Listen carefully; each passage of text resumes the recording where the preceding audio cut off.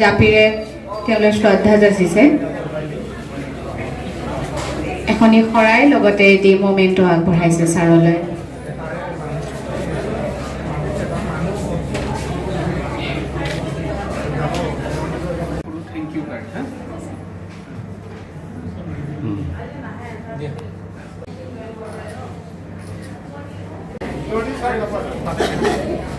মাতি দিও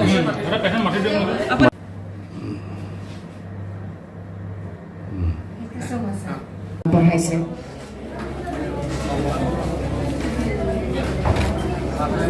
দিয়া হৈ থাকে মোটা এটা সৰু থেংক ইউ কাৰ্ড তোমালোকৰ কাৰণে তোমালোকক উৎসাহ দিবলৈ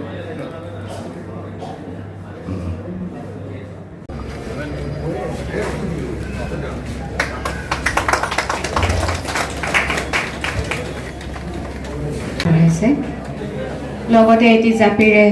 ছাৰলৈ শ্ৰদ্ধা যাচিছে নিউজ টেক্স ৰিপৰ্ট মহাজাতি 24/7 এজোপা গছ জ্ঞাপন কৰিছোঁ আৰু এতিয়া হস্পিটেলৰ প্ৰথমবাৰৰ বাবে আজি গোটেই অসমতে আজি এইটো বিনামূলীয়া হিচাপে চিকিৎসা সেৱা আগবঢ়াইছে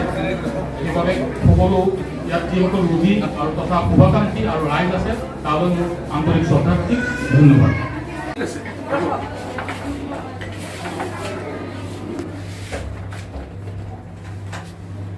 আপোনাৰ সৌৰভ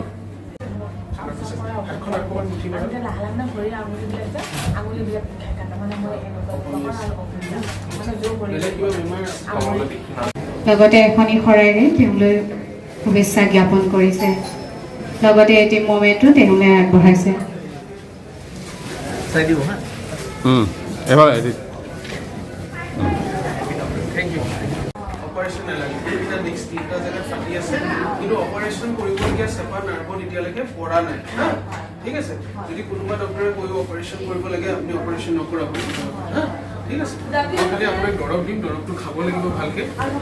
যে সকলো নিউৰো প্ৰব্লেমত ভুগি থকা মানুহ ডক্টৰ এজনৰ ওচৰলৈ বহুত দেৰিকৈ আহি পায়হি সিটি স্কেন এখন কৰাও বুলি ক'লে মূৰৰ বিষৰ কাৰণে সকলোৱে ভাবে যে ব্ৰেইন টিউমাৰ সন্দেহ কৰিছে সেইকাৰণে ডক্টৰে সিটি স্কেন কৰিব দিছে কিন্তু কথাটো তেনেকৈ নহয় মানুহে সকলো বস্তু মূৰৰ বিষ এটা ইগনোৰ কৰিব নালাগে যদি দুদিন তিনিদিন হৈ থাকে ফাৰ্মাচীৰ পৰা দৰৱ এটা লৈ খাই পেলাই মূৰৰ বিষটো ভাল হ'ল তেনেকুৱা কৰিব নালাগে এইটো এটা ছুপাৰ স্পেচিয়েলিটি কেয়াৰ আৰু এজন ডক্টৰৰ ওচৰলৈ সোনকালে কাষ চাপিলে সৰু সৰু ব্ৰেইনৰ প্ৰব্লেমো আমি দূৰ কৰিব পাৰোঁ হস্পিটেলত নিউৰোসাৰ্জাৰী কেম্প হৈছে হেল্থ কেম্প হৈছে কি ক'ব আজি তাৰমানে ডক্টৰছ ডেটো সদায় মানে আমাৰ কনচেপ্ট আছে ডক্টৰ হিচাপে আমি ডক্টৰছ ডে সদায় ডক্টৰছৰ মাজত চেলিব্ৰেট কৰোঁ এইবাৰ এটা ব্যতিক্ৰমী প্ৰচেষ্টাৰে মই ডক্টৰছ ডেটো চেলিব্ৰেট কৰিবলৈ আগবাঢ়িছোঁ এইবাৰ পেচেণ্টে যোনটো আমাক বিশ্বাস কৰে যোনটো ট্ৰাষ্ট হয় পেচেণ্টৰ সেই বিশ্বাসটোক আমি ধন্যবাদ জ্ঞাপন কৰি সেই বিশ্বাসটোক চেলিব্ৰেট কৰিব বিচাৰিছোঁ আৰু মই যোনখিনি আমাৰ সমাজৰ পৰা যোনখিনি সন্মান পাইছোঁ সেই সন্মানটো আকৌ ঘূৰাই তেওঁলোকৰ বাবে যদি সৰু কিবা এটা কৰিব পাৰোঁ মই খুব সুখী অনুভৱ কৰিম তো সেই প্ৰচেষ্টাৰে এটা মই আজিৰ পৰা 100 দিনমান আগৰ এটা ভাৱ এটা মনত আহিলে তাৰ পাছত সেই বস্তুটোকে মই লাহে লাহে কংক্ৰিটাইজ কৰি কেনেকৈ ভালকৈ কৰিব পাৰি তাৰে কাৰণে আগবাঢ়িলোঁ তো আজি মই প্ৰথমতে ইনিচিয়েলি ভাবিছিলোঁ যে মই 100জন পেচেণ্টৰ যিকোনো নিউৰো প্ৰব্লেমত থকা তেজপুৰ আৰু ওচৰৰ অঞ্চলৰ সকলো জেগাৰ 100জন পেচেণ্টক ফ্ৰীকৈ কনচাল্টেশ্যন দিম আৰু ফ্ৰীকৈ চাম কিন্তু মই মানে ধন্যবাদ জ্ঞাপন কৰিছোঁ মানুহৰ মৰমখিনিৰ কাৰণে তেজপুৰবাসীৰ কাৰণে যে মই ভিডিঅ'টো যেতিয়া ৰিলিজ কৰিলোঁ ভিডিঅ'টো ৰিলিজ কৰাৰ 36 ঘণ্টাৰ ভিতৰত 160জনৰ ওপৰ এপইণ্টমেণ্ট স্লট বুক হ'ল এতিয়া মই ইনিচিয়েলি ভাবিলোঁ যে পাৰিম নে নোৱাৰিম বাট মই বহুত ভাবি চিন্তি চালোঁ যে কাকো নিৰাশ নকৰোঁ আৰু আজি 173জন আপ টিল নাও পেচেণ্টৰ স্লট বুক হৈছে আৰু সকলোকে আজি মই চাই যিকোনো মোৰ ফালৰ পৰা অৰিহণা সম্ভৱ কৰিব পাৰিম বুলি মই আগ্ৰহী আৰু কনচেপ্টটো এইটোৱেই যে আমাৰ নিউৰো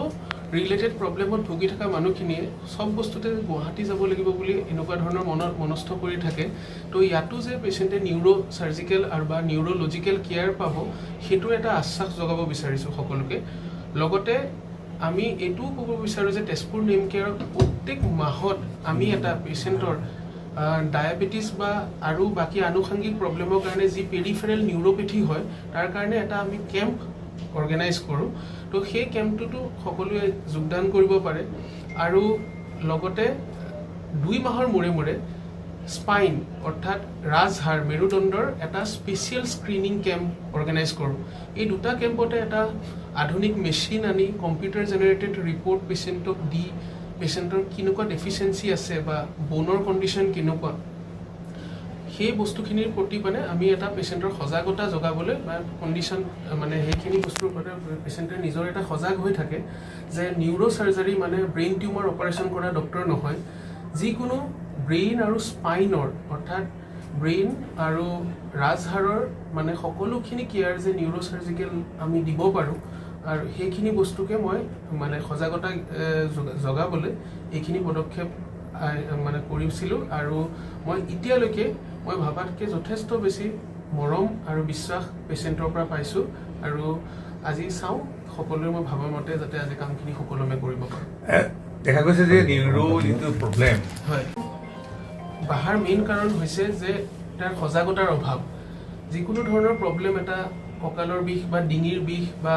মূৰৰ বিষ আমি সদায় সাধাৰণতে অলপ বিষত ইগন'ৰ কৰোঁ বা আমি ফাৰ্মাচীৰ পৰা এটা টেবলেট খাই মূৰৰ বিষটো কমাই যোৱাৰ লগে লগে সেইটো ইগন'ৰ কৰোঁ বা কিছুমান সাধাৰণতে আমি কিছুমান জেনেৰেল মানুহৰ মনত এটা ভাৱ এটা আছে যে গেষ্ট্ৰিক হোৱাৰ কাৰণে মূৰৰ বিষ হৈছে বা আজি ভাত নোখোৱাৰ কাৰণে মূৰৰ বিষ হৈছে বা চাইনাচাইটিছৰ কাৰণে মূৰৰ বিষ হৈছে তেনেকৈ নিজেই আমি যোনটো সকলোৰে মাজত মানে প্ৰচলিত কথা সেইটোকে বিশ্বাস কৰি আমি প্ৰপাৰ ট্ৰিটমেণ্টলৈ নাহোঁ তো সাধাৰণতে আগতে 10 বছৰৰ আগত এখন চিটি স্কেন মেচিন এটা মাত্ৰ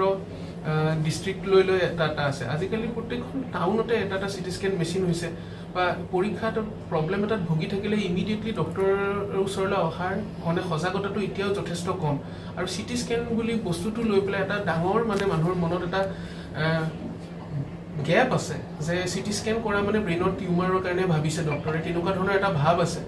বা পিঠিৰ বা কঁকালৰ ডিঙিৰ MRI এখন কৰিবলৈ দিয়াৰ লগে লগে খুব দামী পৰীক্ষা এটা কিয় কৰিব দিলে নকৰালে ভাল নেকি অলপ দিনৰ পাছত ভাল হৈ যাব তেনেকুৱা ধৰণৰ বস্তু এটা মনত ভাৱ আহে যাৰ ফলত স্পাইনৰ প্ৰব্লেম বা ব্ৰেইনৰ প্ৰব্লেমবিলাক ক্ৰমান্বয়ে বাঢ়ি যায় যেতিয়া মানুহজনে খোজকাঢ়িবলৈ ভালকৈ নোৱাৰা হয় বা হাতৰ মুঠি ভালকৈ মাৰিব নোৱাৰা হয় সেই সময়ত আহি পেলাই মানে পেচেণ্টে ডক্টৰৰ ওচৰ পায় তো সেইকাৰণে মেইন সজাগতাৰ উদ্দেশ্যেৰে এইটো কাম কৰিব মানে মই আগবাঢ়িছোঁ আৰু মই খুব আনন্দেৰে ক'ব পাৰোঁ যে ডক্টৰ্ছ ডেৰ দিনাখন এনেকুৱা ধৰণৰ পদক্ষেপ মানে সদৌ অসমতে এইটো প্ৰথম এনেকুৱা পদক্ষেপ আৰু মই ভাবোঁ যে ইয়াৰ পৰা তেজপুৰবাসী আৰু আঞ্চলিক এৰিয়াৰ সকলো মানুহ যোনে আজি আহিছে সকলোৰে ইয়াৰে বেনিফিট হ'ব ধন্যবাদ পুৰাঙুলিৰ পিছত পুৰাঙুলিটো মুভমেণ্ট কৰক নিজৰ ফালে জানো কি অসুবিধা হৈছে কওকচোন